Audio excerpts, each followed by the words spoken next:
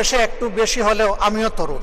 অনেক তরুণ সদস্য এখানে আজকে এসেছেন। আমিও বয়সে একটু বেশি হলেও আমিও তরুণ।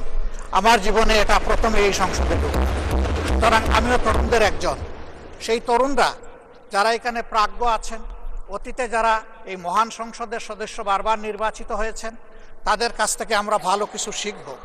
আমরা অতীতের সংসদগুলোতে দেখেছি এখানে দেশের মানুষের কল্যাণ বিবেচনায় আলোচনা না হয়ে মানুষের চরিত্র হননের জন্য এখানে বিপুল সময় ব্যয় করা হয়েছে। আমি আপনাকে বিনীতভাবে অনুরোধ করব, এই সংসদ যেন কারো চরিত্র হননের কেন্দ্রে পরিণত না হয়।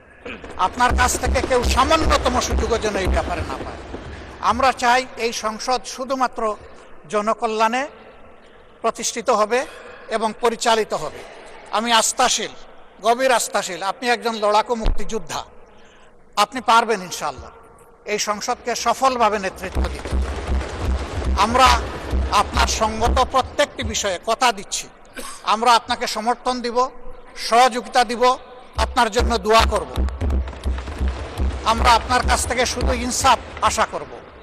আপনি যদি এই সংসদের উপর ইনসাফ করেন তাহলে 18 কোটি মানুষের উপর ইনসাফ করা হবে। কারণ রাষ্ট্রের গুরুত্বপূর্ণ 3টি অঙ্গের একটি হচ্ছে সবচেয়ে গুরুত্বপূর্ণ অঙ্গ।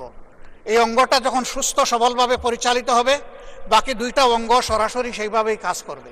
সিলভার টিপ কন্ট্যাক্টে তৈরি নিরাপদ ও নান্দনিক ক্লিক সুইচ। ক্লিক সুইচ, নির্ভরতা জীবন জুড়ে।